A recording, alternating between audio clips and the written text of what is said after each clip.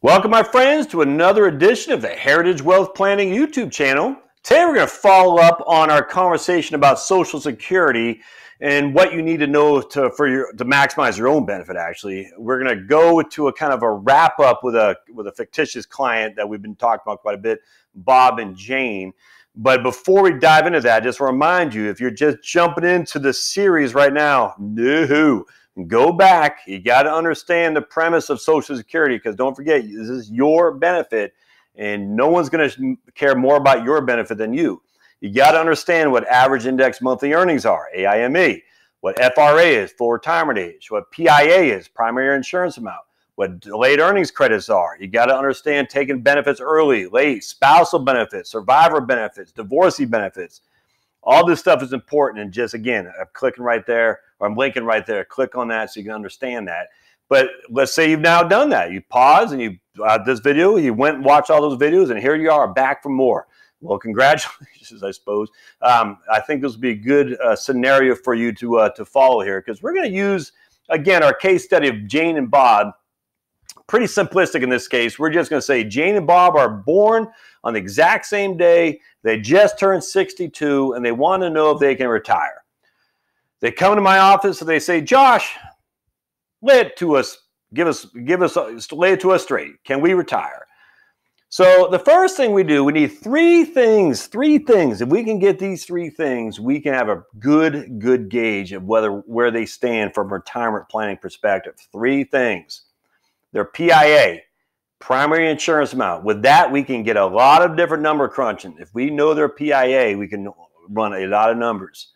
Their income needs. Now, this is not just some silly metrics like, oh, I need 80% of my pre-retirement income. Forget that. How much do you need going forward? Now, you're not going to know because you've never retired before. But get it out of the head of that. We're going to look at 80% what we had before. How much do we need going forward? Think about it. What's your cable bill? What's your mortgage? Well, in this case, I'm hoping that Bob and Jane, because they've been reading my books where I talk about debt is the enemy, that they got rid of their mortgage. Because I'm just telling you, folks, if you go into retirement carrying a mortgage, it's a tough road to hoe. I'm just telling you right now, don't do that. Ideally, you go to retirement with no debt.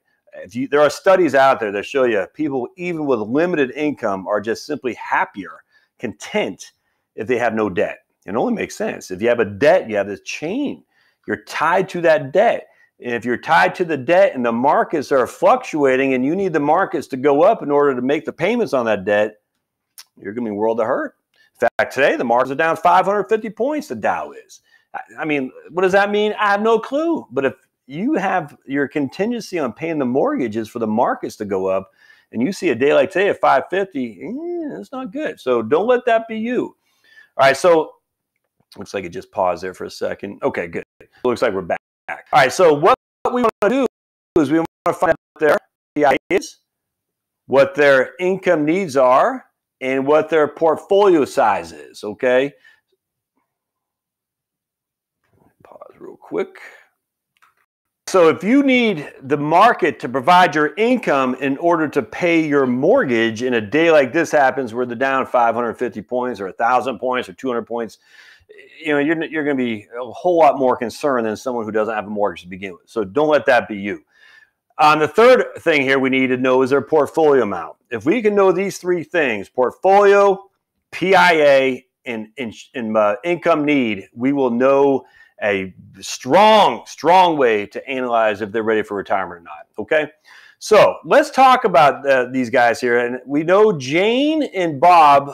Jane worked a little bit as a part-time at a nonprofit when the kids were out of school and they were empty nesters. She worked at the church stuffing envelopes and doing the weekly bulletin and whatnot. Not making a lot of money, but her AIME is $2,000. Which meant her PIA, her primary insurance amount, was $1,159. We know Bob worked as an electrician, and he averaged $72,000 a year over the course of his 35 years, his max 35 years of earnings experience with Social Security, which meant his AIME was $6,000, which means his PIA is $2,300. Okay, so we know that right there. That's fundamental number one. So we go down to 66 years old and we put it in here and we say, okay, at the end of the day, Jane and Bob, if you're 66, you'll have between y'all $3,495 a month in guaranteed income from Social Security, because your PIA is the amount you get at your full retirement age. But then Bob pipes up, he says, whoa, I don't want to work another 4 years. That's why we're here now at 62. What's our ability to retire at 62? And I say, okay, well, given that there are reductions if you draw your Social Security before your full retirement age, between you'd have $2,621 as an income stream from Social Security. And Bob said, okay, that's more like it. I like to hear that. Let's talk about that. I said, okay, good. So we can go for it. So how much do you guys need to live on? They say, we think $5,000 a month, because I help them crunch the numbers. We're not using 80% of pre-retirement income. That's, again, don't do that. Get a more detailed analysis of your income needs in retirement. So I said, okay, guys, now we also got to make sure that includes taxes, because a lot of times they will not include taxes in their income needs, and that can be a big surprise when it comes April 15th. So in this case, if they're pulling $60,000 a year, which is $5,000 a month, minus their two standard deductions, that's $24,000. That means they're going to have $36,000 of income, which just barely makes a tiny fraction of their Social Security taxable. So basically, they're going to pay $1,000 a year in income taxes, roughly. Maybe a little bit more, maybe a little bit less, but not much. So $1,000 a year off of $60,000 of income, this is pretty spot on. The reason I make a point to point this out is, if you have other sources of income and you have more income, less standard deductions, all these other ifs, you got to focus on your taxes. If it's just commonplace boilerplate information like we have with Jane and Bob, not a big deal. But remember, you got to look at your income need net of taxes. Net of taxes. Uncle Sam always gets paid first. Don't believe me? Don't pay him. So, okay, so now Bob and Jane want to say, okay, we have an income need of $5,000. If we retire at 62, we got $2,621 a month coming from Social Security, which leaves us an income gap of $2,379. That income gap is a difference between how much we need and how much we have from Social Security. So what we do is we times $2,379 by 12, and that gives us an income gap, an annual income gap of $28,500. We take this amount, we divide by 0.04, which gives us a portfolio need of roughly $713,000. The reason why we divide by 0.04 is because that goes back to the 4% rule. And as much as I do have some qualms with it, I think it's a good starting point. This is the one rule of thumb I think is acceptable for you all to use as you look at your own retirement, the 4% rule, because at the end of the day, all it says is we run scenarios, market goes up, market goes down. Will your money last for 30 years in retirement if you're invested 60% stocks and 40% bonds? Again, lots of variables in there, but it's a good rule. It's a good starting point to analyze. Are you going to be okay using the 4% rule for 30 years in retirement? So if we need $28,000 a year, we need a portfolio of $713,000 to give us that $28,000 a year. So we have the income need as scenario is one of the three scenarios. We have the PIA as the second scenario, or actually one of the two. And then we have portfolio. So I say, what's your portfolio balance? And they say X. If it's not 700,000 or so, we probably don't want to retire quite yet, or at least draw Social Security.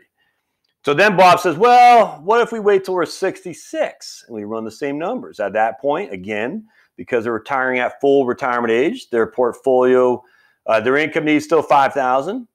Their Social Security income is $3,495, which means they have an income gap of $1,500 a month, which is $18,000 a year. Again, $18,000 divided by 0.04 means they need a portfolio of $451. And Bob and Jane say, oh, that's better. We have $451. And I say, whoa, hold up. We're not done yet. Because if you guys retire and start taking income, you're not, and then wait until you're 66 to draw Social Security, there is no income in these 4 years, 63, 64, 65, and 66. The income's got to come from someplace.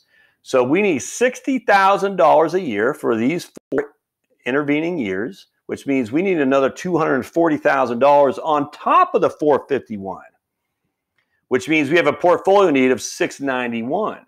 You guys make sense? So you don't have any income coming in from 62 to 66. When 66 hits, because you delayed taking Social Security, you'll make a big dent in your income need, but you still need $451,000 even here, but you still need another $240 on top of it just to get through the next 4 years. Bob and Jane say, interesting.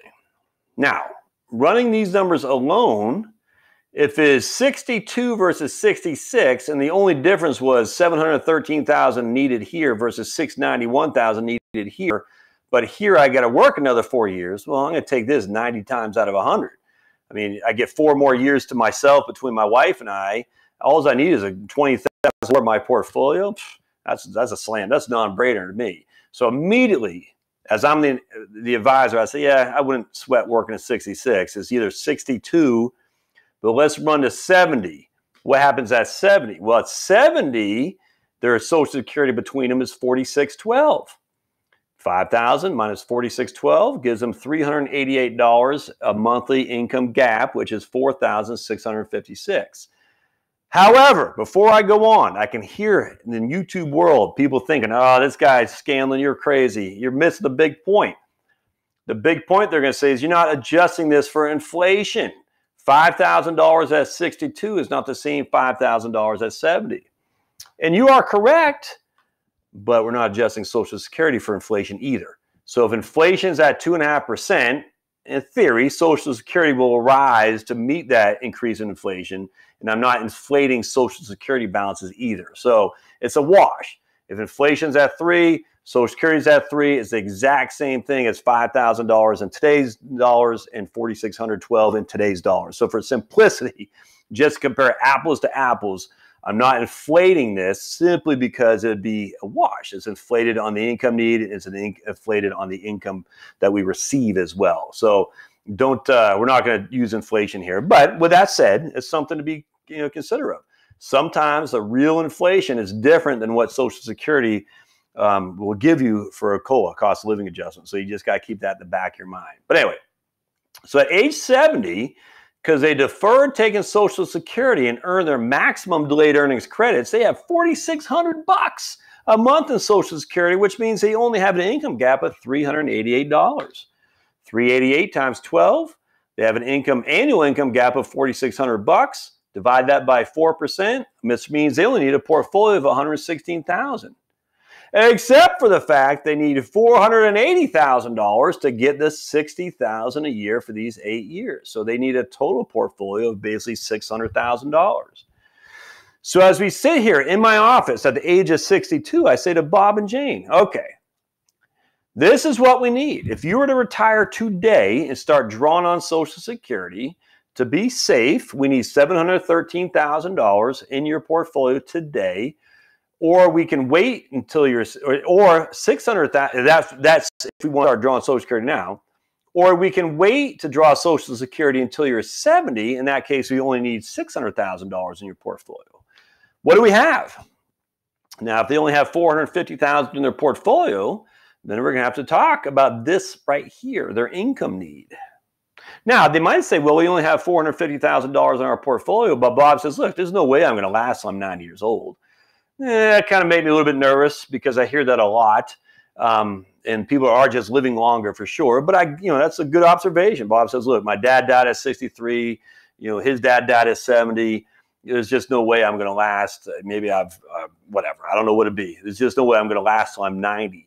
In that case, we would have an extenuating circumstance which would challenge this. But just from a pure financial planning perspective, these are how you crunch the numbers." You can retire and draw Social Security today, but you need $700,000 in your portfolio. Or you can retire and not draw Social Security today and wait till you're 70, but you need $600,000 in your portfolio. Are you anywhere near that? Now, This is just a simple 62, 66, 70 calculation, but it works. I've used this scenario a million times. What if Jane takes that 62 and Bob at 70? What if Bob takes that 62 and Jane at 70? What if we can run all kinds of scenarios here to get to this amount of money that they need in their portfolio to see what's the most advantageous? Frankly, it's really going to be between 62 and 70. And it really, for this, when they should take it, depends on Bob's health. That's what it comes down to. If Bob is looking like he's not going to last long, we want him to defer as long as he can so that way Jane can step into a higher benefit. That's my Survivor Social Security YouTube video I've done. Please look at that because that's pretty important. And what's Jane's health and all kinds of different scenarios we can run. But at the end of the day, this is the crux of the matter. 62 or 70? What is our income needs? What is our income needs? That is another one too. Now, I will say at the end of the day, just because you have an income need of $5,000 in the first few years of retirement, like we talked about, it might drop as you get older. Lots of studies on that the income needs that you need as you get older drops. Now, some people have an extenuating circumstance called a long-term care need. That would be something we have to take into consideration. But that doesn't happen to that many people. I'm not saying don't plan for it. But frankly, the long-term care need, when it happens, can be devastating. It just doesn't happen to that many people. So as much as I want you to be prepared, I don't want you to still work until you're 85 years old because you're worried about having a devastating long-term care need. It's just not worth it to continue to work on so you can save more and more money for something that probably won't happen. But with that said, prepare for the worst and hope for the best for sure. All right, so I hope this helps you. There's some numbers here to crunch. Not rocket science, this, folks. This isn't rocket science, but it's critically important to get it done right. There are no do-overs. You got to get it right the first time. So you sit down and you analyze this stuff. You get a good idea of your income need. That is the one thing that is subject to your interpretation. This is not, and these are not. The one thing that's subject to your interpretation is income need. And the closer we can get that and just focused, the better planning we can do for it. All right, thumbs up if you like what we're talking about. You have questions, comments, concerns, put them in down below. What's your strategy for Social Security? Put it in there. I'd love to hear it. Don't forget to subscribe and then, of course, hit the notification bell so you're notified of future content. And I look forward to seeing you on the next episode of the Heritage Wealth Planning YouTube channel. Thanks, guys.